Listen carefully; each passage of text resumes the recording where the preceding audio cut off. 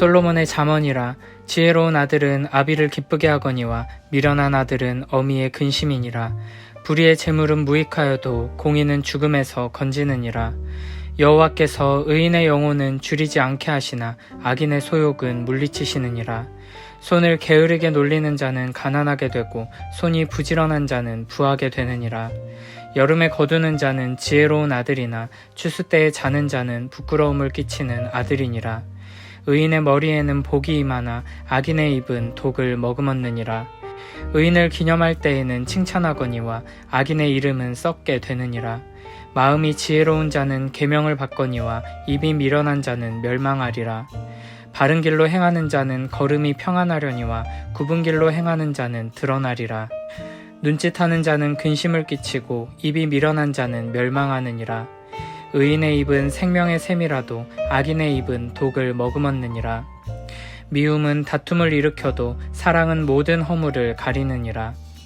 명철한 자의 입술에는 지혜가 있어도 지혜 없는 자의 등을 위하여는 채찍이 있느니라. 지혜로운 자는 지식을 간직하거니와 미련한 자의 입은 멸망에 가까우니라. 부자의 재물은 그의 견고한 성이요 가난한 자의 궁핍은 그의 멸망이니라. 의인의 수고는 생명에 이르고 악인의 소득은 죄에 이르느니라. 훈계를 지키는 자는 생명길로 행하여도 징계를 버리는 자는 그릇 가느니라.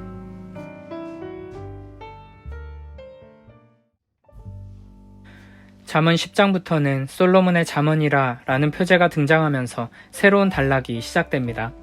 앞서 1장부터 9장에서는 주로 내 아들아로 시작되는 여러가지 교훈들과 지혜 여인의 초청과 지혜 여인과 음녀를 비교하는 가르침들이 등장했고, 이런 교훈들은 특정한 문맥 속에서 이어져 있었습니다.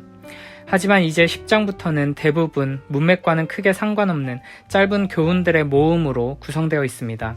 주로 두 문장으로 구성된 짧은 교훈들이 모여 있다고 보면 됩니다. 10장부터 15장에서는 지혜자와 어리석은 자에 대한 비교와 더불어 말에 대한 경고가 주로 등장하고, 16장부터 22장에서는 사회생활 속에서 지혜와 어리석음을 비교하는 교훈들이 중심을 이루고 있습니다. 먼저 1절에서는 이렇게 말합니다. 지혜로운 아들은 아비를 기쁘게 하거니와 미련한 아들은 어미의 근심이니라. 이 짧은 교훈 속에서 우리는 한 사람이 지혜를 따르느냐 따르지 않느냐가 단순히 그 사람에게만 영향을 끼치는 것이 아니라 사랑하는 사람들에게 기쁨을 주기도 하고 근심이 되기도 한다는 것을 생각하게 됩니다. 이 세상에서 사는 동안 우리는 수많은 이들과 관계를 맺으며 상호작용 속에서 살아갑니다. 모든 이들은 주변 사람들의 말과 행동에 크게 영향을 받으며 동시에 자신의 말과 행동을 통해 주변 사람들에게 다양하게 영향을 끼치며 살아가는 것입니다. 우리의 존재가 이런 식으로 서로 긴밀하게 연결되어 있지 않았다면 어쩌면 우리 삶이 훨씬 덜 괴로웠을지도 모릅니다. 그러나 나 홀로 외딴 섬과 같은 존재로 살아간다면 지금보다 훨씬 더 빈곤했을 것이고 기쁨과 행복도 훨씬 적었을 것입니다. 그러므로 우리는 나의 죄와 어리석은 말과 행동이 내가 사랑하는 누군가에게 근심이 될 수 있다는 것을 항상 기억해야 합니다. 그렇기 때문에 우리는 나 자신을 위해서뿐 아니라 사랑하는 사람들을 위해, 나와 연결되어 있는 모두를 위해 지혜의 말씀에 귀 기울이며 지혜를 따르는 삶으로 나아가야 하는 것입니다. 나의 어리석고 미련한 모습으로 인해 누군가에게 근심을 주는 인생이 아니라 지혜로운 삶을 통해 나와 연결된 많은 이들에게 기쁨을 전해주는 복된 우리 모두가 되길 축복합니다. 2절부터 5절에서는 이렇게 말합니다. 불의의 재물은 무익하여도 공의는 죽음에서 건지느니라. 여호와께서 의인의 영혼은 줄이지 않게 하시나 악인의 소욕은 물리치시느니라. 손을 게으르게 놀리는 자는 가난하게 되고 손이 부지런한 자는 부하게 되느니라. 여름에 거두는 자는 지혜로운 아들이나 추수 때에 자는 자는 부끄러움을 끼치는 아들이니라. 아멘. 여기서는 불의한 재물과 공의, 악인과 의인, 게으른 자와 부지런한 자가 대조되고 있습니다. 이 세상 속에서 악한 방법으로 얻은 재물은 당장에는 내 삶을 윤택하게 만들어주고 잠깐의 기쁨과 평안을 맛보게 할지 모르지만 궁극적으로는 그 사람의 삶을 망가뜨릴 뿐 아니라 영원한 생명을 잃어버리게 만들 것입니다. 그러므로 불의한 재물을 멀리하고 공의를 선택하는 것이 곧 죽음에서 건짐받는 구원에 이르는 길인 것입니다. 죄악으로 가득한 이 세상 속에서 불의한 재물을 거부하고 공의로운 삶을 추구하는 것은 결코 쉬운 일이 아닐 것입니다. 이 세상 사람들이 당연하게 누리며 살아가는 것들을 거부하고 이 세상을 거스르는 삶을 살기 위해서는 큰 용기가 필요할 것입니다. 그러나 이 공의로운 길이 바로 죽음에서 건짐받는 생명의 길이라는 것을 분명하게 깨닫고 믿는 사람에게는 오히려 이 길을 가지 않고 세상을 따라가는 것에 훨씬 더 큰 용기가 필요합니다.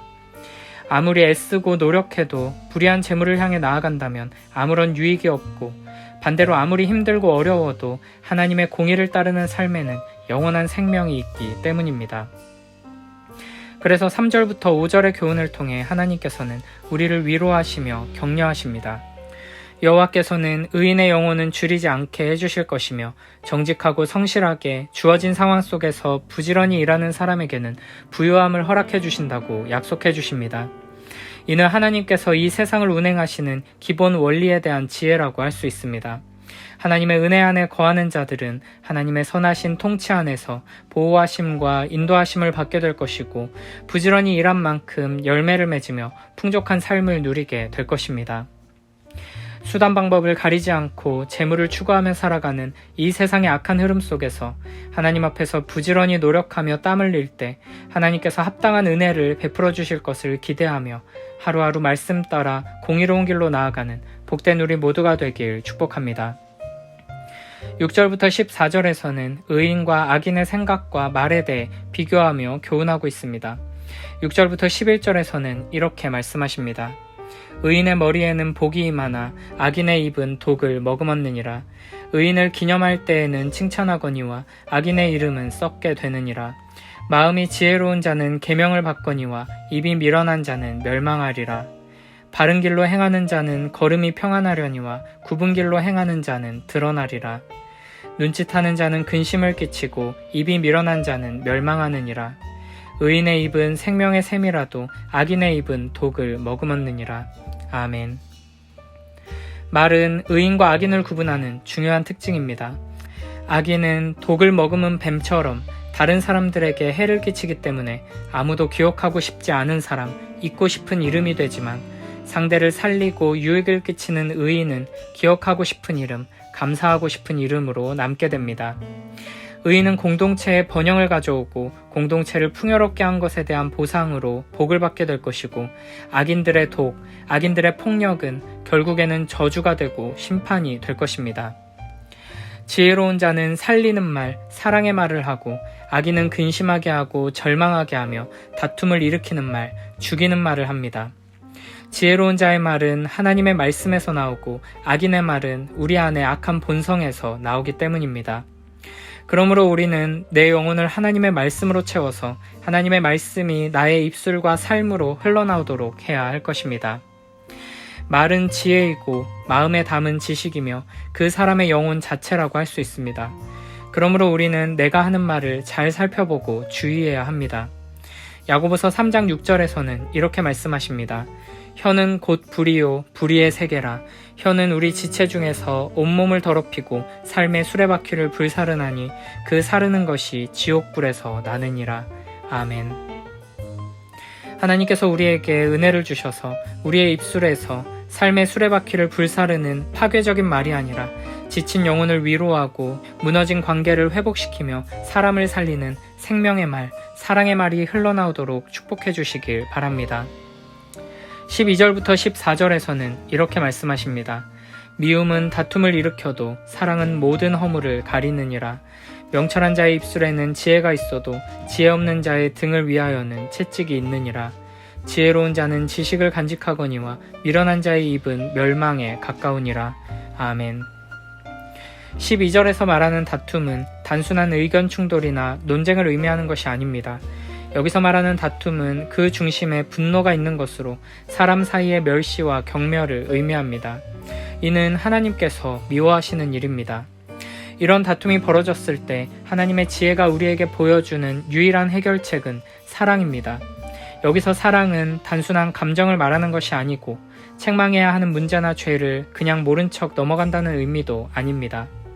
12절에 사랑이 허물을 가린다는 표현은 은폐한다는 뜻이 아닙니다.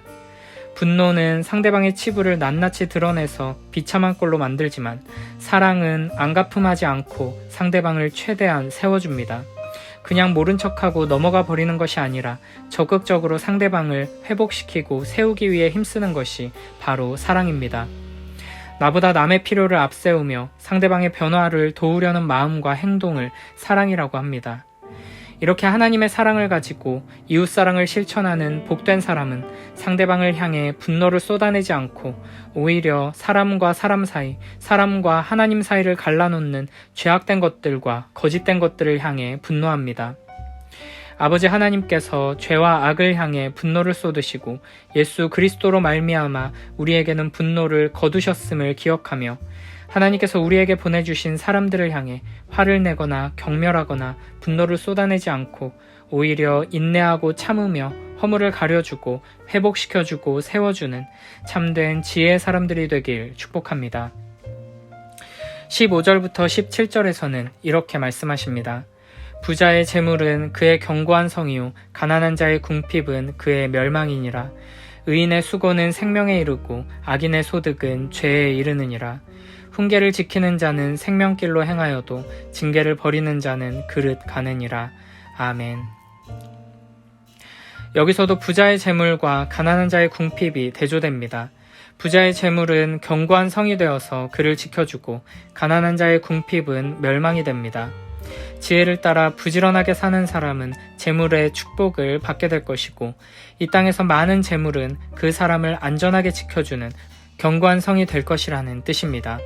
우리는 이 말씀을 기억하며 더욱 힘써 지혜를 따르고 부지런하게 살아가야 할 것입니다. 그러나 한 사람이 부자가 되어 재물을 자신의 견고한 성으로 삼는 것에는 위험한 지점이 있습니다.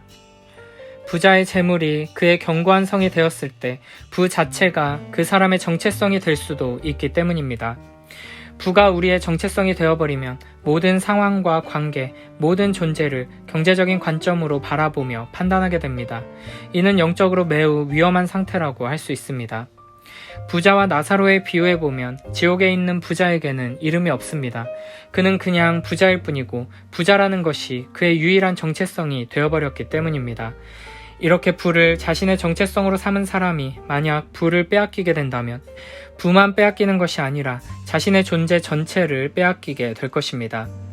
그러나 지혜로운 사람에게는 여호와를 경외함이 보배라고 말씀하십니다. 예수님을 믿는 사람에게는 예수 그리스도가 최고의 보배입니다. 내가 무엇을 가졌는가, 내가 무엇을 이루었는가, 나의 소유나 지위가 나의 정체성이 되지 않도록 주의하고 오직 소망을 주님께 두고 나의 가치를 주님에게서 찾는 우리 모두가 되길 축복합니다. 잠언에 재물이라는 히브리어 단어가 쓰인 횟수 중 절반은 재물을 소중히 여기라는 내용이고 나머지 절반은 재물에 의지하지 말라는 내용입니다. 이 절묘한 균형에 돈을 대하는 지혜의 정수가 담겨 있습니다. 부자가 되면 주님을 의지하기보다 돈을 자신의 견고한 성, 즉 안전장치로 볼 수 있다는 게 큰 문제가 됩니다. 물론 가난은 우리를 고통스럽게 하고 불편하게 하고 넘어지게 하기도 합니다. 그러므로 우리는 부를 무조건 악마화해서도 안 되며 가난을 미화할 필요도 없습니다. 아브라함은 하나님께 복을 받아 거부가 되었고 요셉과 욥과 다윗도 마찬가지입니다. 부요함 자체가 악은 아닌 것입니다. 한 가지 확실한 것은 하나님께서는 분명 많이 받은 자에게는 많이 달라고 요구하신다는 것입니다. 그러므로 모든 부자들은 무엇이든 크고 작은 것을 소유한 모든 이들은 그 재물의 주인이 내가 아니고 나는 그저 청지기일 뿐이라는 것을 항상 기억해야 합니다. 마가복음 10장에서 예수님께서는 부자 청년과의 대화를 통해 이 잠언의 지혜를 어떻게 바르게 적용하며 살아야 할지를 분명하게 가르치십니다. 우리들 대부분은 이 부자 청년처럼 되기 쉬운 상황 가운데 있습니다. 그는 지나치게 돈을 의지한 나머지 아낌없이 베풀지 못했습니다. 그러나 참된 부자 청년이셨던 예수님께서는 무한한 부를 소유하고 계셨지만 우리를 위해 아낌없이 모든 것을 내어주시고 상상을 초월하는 놀라운 희생을 보여주셨습니다. 하나님께서 우리에게 주신 모든 재물을 이와 같은 태도로 주님께서 우리에게 베풀어 주신 것처럼 아낌없이 하나님을 위해 그리고 이웃을 위해 사랑으로 베풀며 참으로 부유하고 풍성한 삶을 누리며 살아가는 복된 우리 모두가 되길 축복합니다.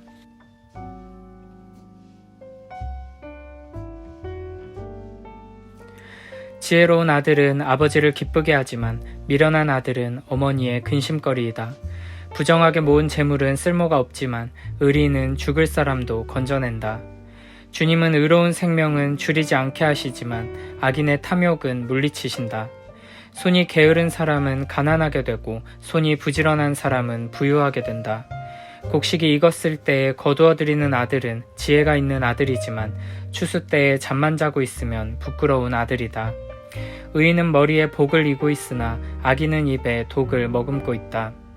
의인은 칭찬을 받으며 기억되지만 악인은 그 이름마저 기억에서 사라진다. 마음이 지혜로운 사람은 명령을 받아들이지만 입을 어리석게 놀리는 사람은 멸망한다. 흠없이 살면 앞길이 평안하지만 그릇되게 살면 마침내 드러나게 된다. 눈을 홀기면 고난이 생기고 입을 어리석게 놀리는 사람은 멸망한다. 의인의 입은 생명의 샘이지만 악인의 입은 독을 머금고 있다. 미움은 다툼을 일으키지만 사랑은 모든 허물을 덮어준다. 명철한 사람의 입술에는 지혜가 있지만 지혜가 없는 사람의 등에는 매가 떨어진다. 지혜로운 사람은 지식을 간직하지만 미련한 사람의 입은 멸망을 재촉한다. 부자의 재산은 그의 견고한 성이 되지만 가난한 사람의 빈곤은 그를 망하게 한다. 의인의 수고는 생명에 이르고 악인의 소득은 죄에 이른다. 훈계를 지키는 사람은 생명의 길에 이르지만 책망을 저버리는 사람은 잘못된 길로 들어선다.